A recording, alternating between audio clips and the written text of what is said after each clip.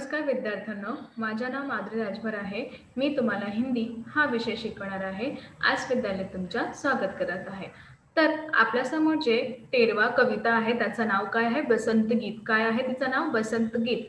आणि या कविताचा हा दुसरा सीझन आहे. तर चला बघूया या सीझनमध्ये आपण काय पाहणार किंवा काय करणार आहे. तर चला बघूया. बघा, पहिला आपला समोर आलेला आहे शब्दात. काय आहे शब्दात? तर हिंदीतून हिंदी आणि मराठीतून काय कसा यांचं रूपांतरण केलेले आहे किंवा काय देणार आहे. तर पहिला बघूया. पहिला काय आहे? सजी म्हणजे सज कर.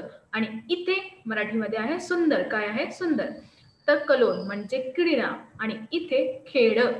मुस्काया म्हणजे मुस्कुराया आणि इथे हसले. बगियन म्हणजे उपवन आणि इथे पण काय दिलेलं आहे? बाग दिलेला आहे.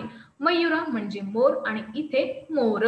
अमवा म्हणजे आम आणि इथे आंबा दिलेला आहे.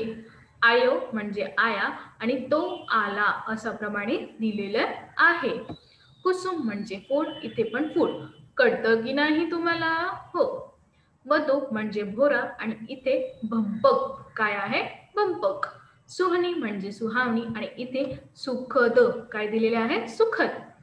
तर इथे कोयलिया म्हणजे कोयल आणि इथे कोकिल. तर याप्रमाणे इथे असा शब्दाचा असा अर्थ दिलेला आहे. अजून आहे बघूया. छायो म्हणजे आग आहे आणि इथे आलो आहे. कळी म्हणजे विनाखिला फूल आणि इथे अमळणारी फुले. काय आहे? अमळणारी फुले. मंद मंद म्हणजे धीरे धीरे आणि इथे हळूहळू. मकरंद फुलो का रस आणि इथे फुलांचा रस. बोर म्हणजे आम का फूल आणि इथे आंब्यांचा फूल. अमित म्हणजे असीमित आणि इथे अमर्यादित. तर अशा प्रमाणे शब्दात दिलेले आहे. आता आपल्या समोर आलेला आहे पहिला प्रश्न. तर पहिला प्रश्न काय आहे? चला बघूया. उच्चित शब्दद्वारा रिक्त स्थानों की पूर्ती करो. तुम्हाला काय करायचं? रिकाम्या जागा भरायचं आहे. तर पहिला बघूया. चला. सजी आयो रे ऋतू रिकाम्या सजी आयो. तर इथे जे रिकामा दिलेला आहे तुम्हाला वाटते का इथे काय आलेलं आहे किंवा यांचं उत्तर काय आहे? लवकरच लवकर तुम्ही विचार करून घ्या, कारण की तुम्हाला मधला उत्तर द्यायचं आहे. तर तुम्ही विचार करा, तेव्हा मी दुसरा प्रश्न तुम्हाला विचारत आहे. दुसरा आहे अजी गाओ रे ऋतू बसंत रिकाम्या आयो. तर इथे पण तुम्हाला विचार करायचा आहे. तिसरा पीली पीली सरसो फुली अरु बोर रिकाम्या पे छाओ. चौथा आहे हरी हरी मटर रिकाम्या ऊपर अमित रंग बरसायो. तर इथे तुम्हाला जेव्हा मी रिकाम्या सांगते किंवा तेव्हा इथे तुम्हाला दिसत आहे की हा जागा नाही भरून दिलेला आहे. तुम्हाला विचार नाही करायचा आहे, कारण की तुम्हाला इथे उत्तर लिहायचं आहे. तर तुम्हाला उत्तर माहीत आहेत की नाही तो सांगा मला लवकरच लवकर. माहीत आहे? चांगला. तर चला मी पण तुम्हाला सांगत आहे. बघा, सजी आयो रे ऋतू बसंत सजी आयो. तर इथे काय दिलेले आहे? बसंत. सजी गायो रे ऋतू बसंत सजी गायो. तीसरा पीली पीली सरसों फूली अरु बोर अमुआ पे छायो.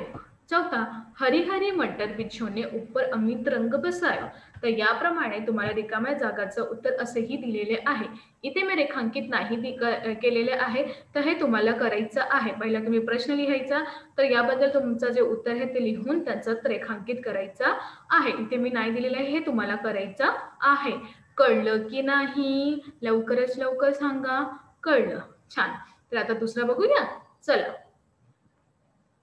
आता तुमच्या समोर दुसरा प्रश्न आलेला आहे. तर दुसरा प्रश्न काय आहे?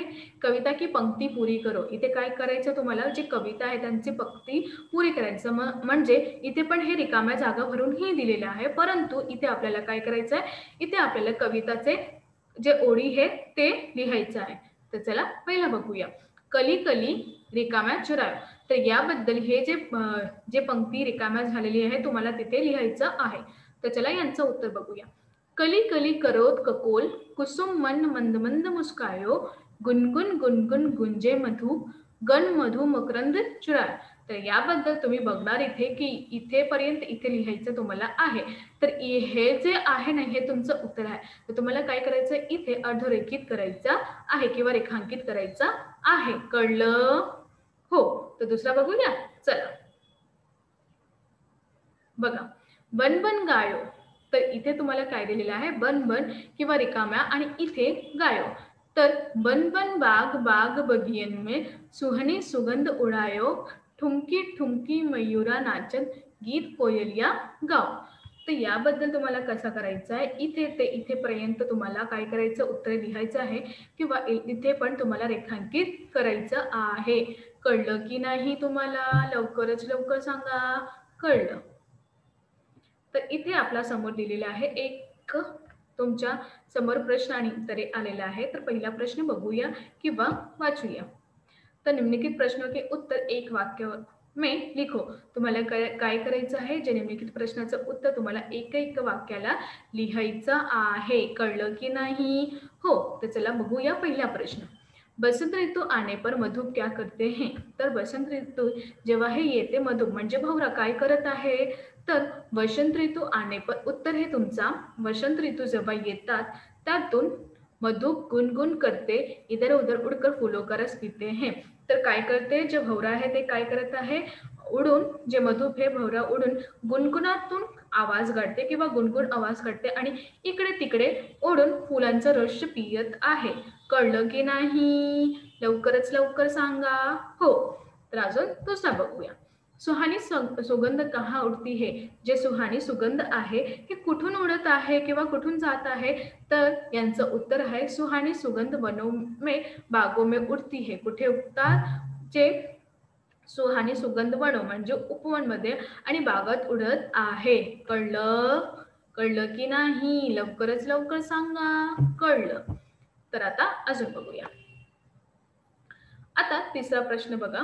मोर और कोयल क्या करते हैं? मोर म्हणजे मयूर आणि कोकिल काय करत आहे? मोर ठुमक ठुमक का नाचता है और कोयल गीत गाती है. तर इथे म्हणाला आहे मयूर जे ठुमक ठुमक करून नाचत आहे आणि कोयल काय करत आहे? गीत गात आहे. चांगल्या प्रमाणे गीत गात आहे. चौथा, बसंत आने पर सरसो और आम में क्या परिवर्तन आता है? जेव्हा बसंत येतात त्यातून सरसो आणि फुलाचं आम म्हणजे काय परिवर्तन होते? तर बसंत आने पर सरसो पर पिले पिले फूल म्हणजे पिवळा पिवळा फूल येतात आणि आंबा जे आहे म्हणजे आम म्हणजे आंबाचे आहे त्यातून बोरे उत्पन्न होते. तर याप्रमाणे जेव्हा वर्षा ऋतू येतात त्याप्रमाणे असा बद्दल सरसो किंवा आंबा बरोबर असा परिवर्तन होऊन जात आहे. कळलं की नाही? लवकरच लवकर सांगा मला की कळलं. छान. तर आज आपण काय शिकलो? आज आपण एक शिकलो की शब्दात कसं दिलेले आहे किंवा प्रश्न आणि उत्तर रिकाम्या जागा भरा आणि जे कविताची पंक्ती आहे हे कशाबद्दल दिले आहे किंवा त्यांचं रूपांतरण आपल्याला कशाबद्दल करायचं आहे हा पण दिलेले आहे. तर अशाप्रमाणे तुम्हाला कसं करायचं आहे ते शोधून घ्या किंवा लिहून घ्या. जेव्हा तुम्ही लिहिणार तेव्हाही तुम्हाला कळणार आहे. तर याप्रमाणे असं नीटप्रमाणे लिहून घ्या किंवा त्यांचं वाचन करूया. तर हा सगळं व्यवस्थित प्रमाणे करूया. धन्यवाद.